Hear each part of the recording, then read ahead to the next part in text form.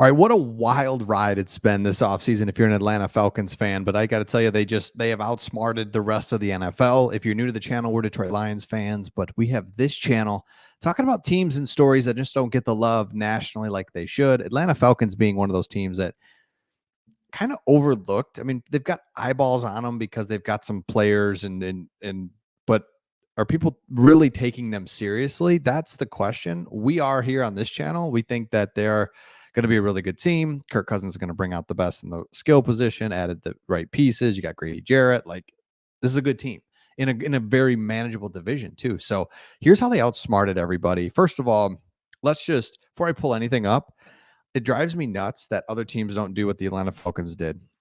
They went out and they said, okay, we're going to trade. There's a guy available this late in the season in Judon that we can just give a draft pick for and we can come over. Okay, we'll do that.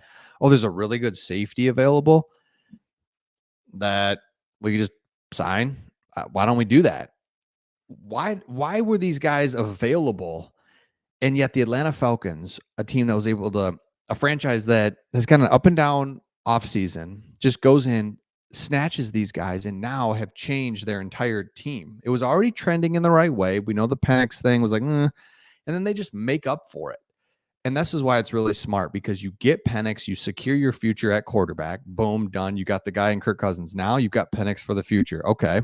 But in getting Penix, you kind of messed up getting an impact player that you could have got to help the team. It's like, shoot, don't really love that. Well, it doesn't matter now because you get those impact players late into a weird time into the camp. Now you look really smart.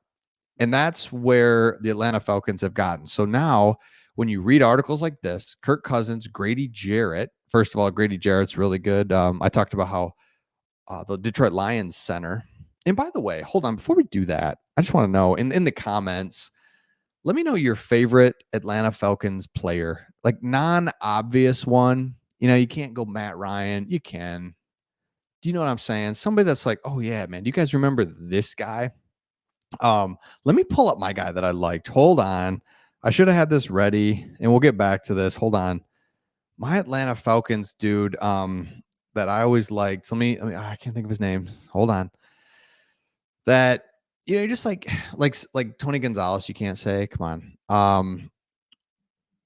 Hold on. I can't think of his name. I'll think of it. He was Roddy White. Thank you, Roddy White. Really good. You can't say Michael Vick. You can, I guess, but give me that non-obvious favorite player. Look down in the comments. You're going to see him flying all over the place. So Kirk Cousins, Grady Jarrett. I said before that the Detroit Lions center, all-pro center, best center in the NFL, was asked who's a good D tackle that nobody talks about. And he's like, Jarrett. Right. Boom. He wasn't asked, hey, is Grady Jarrett good? Yes, he is. It was, give me a name. And he said, Grady Jarrett.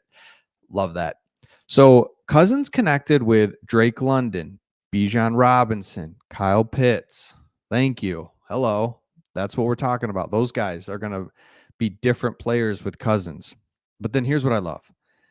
On defense, Jarrett came free on a stunt with Street. You've got Judon dropped in coverage and nearly intercepted a pass. Okay. Thank you so much.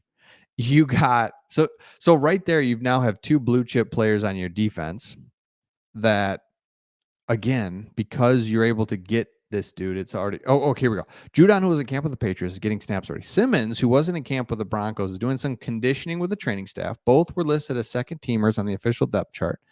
Absolutely. Love it. We just have to get them up in speed quickly so they're comfortable and can play fast.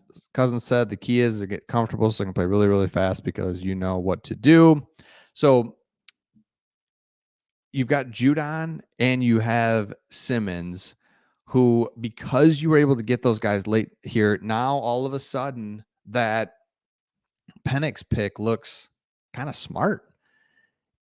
And there's all sorts of articles, but the point was today in a scrimmage, you're seeing your stars starting to emerge. You're seeing, oh yeah, defensively, we got a premier defensive tackle. We've got a defensive end in Judon. Like, look at this picture. Let me pull this picture up and you tell me this doesn't get you excited. You can tell me that's not going to get you excited. Judon and Jarrett invading a backfield near you. Yep. And then Clark Phillips the third just leading, just getting picks left and right off Cousins. Man, let's go. So it doesn't take much to get you juiced up and to really be like, man, this team's really good. This team could be good. How could it not be good with Kirk Cousins making those other players really good? The next thing is, and what I look for, and what I just don't think we talk about enough, and we do, but it's such a big deal, is winning the division. Everybody wants to win the division because you can say you won the division and you get a t-shirt, a hat. That's awesome. But practically what you get is an automatic berth to the playoffs. So you're in the playoffs. I know we know this, but when you say you want to win a 4-team division, I know it's hard. It's not easy, but it's 4 teams. You got to be one of the you win the division, you get a playoff game, and it's a home playoff game.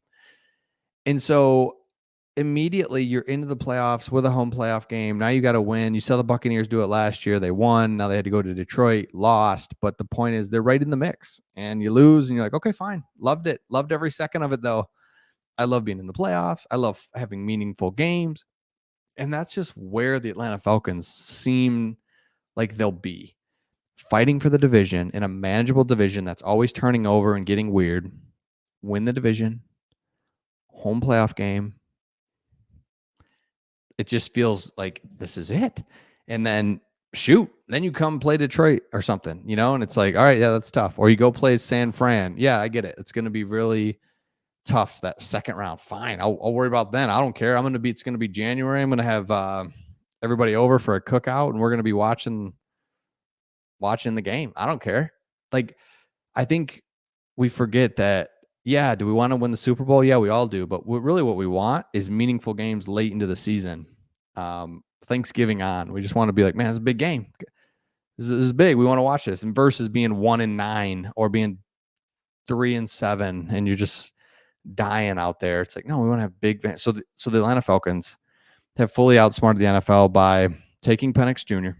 Boom, done. Got your quarterback for the next 10 years, 15 years. And yes, you missed out on players, but no, you didn't, because you got them. You got them. You got a premier defensive end and a premier safety. So with experience too, that you can get cheap and brought them in. And so I just love seeing that the Atlanta Falcons were all over that. So again, let me know your thoughts in the comments. Let me know your player that's not obvious that you loved growing up watching Atlanta Falcons, and we'll see all of you on the next one.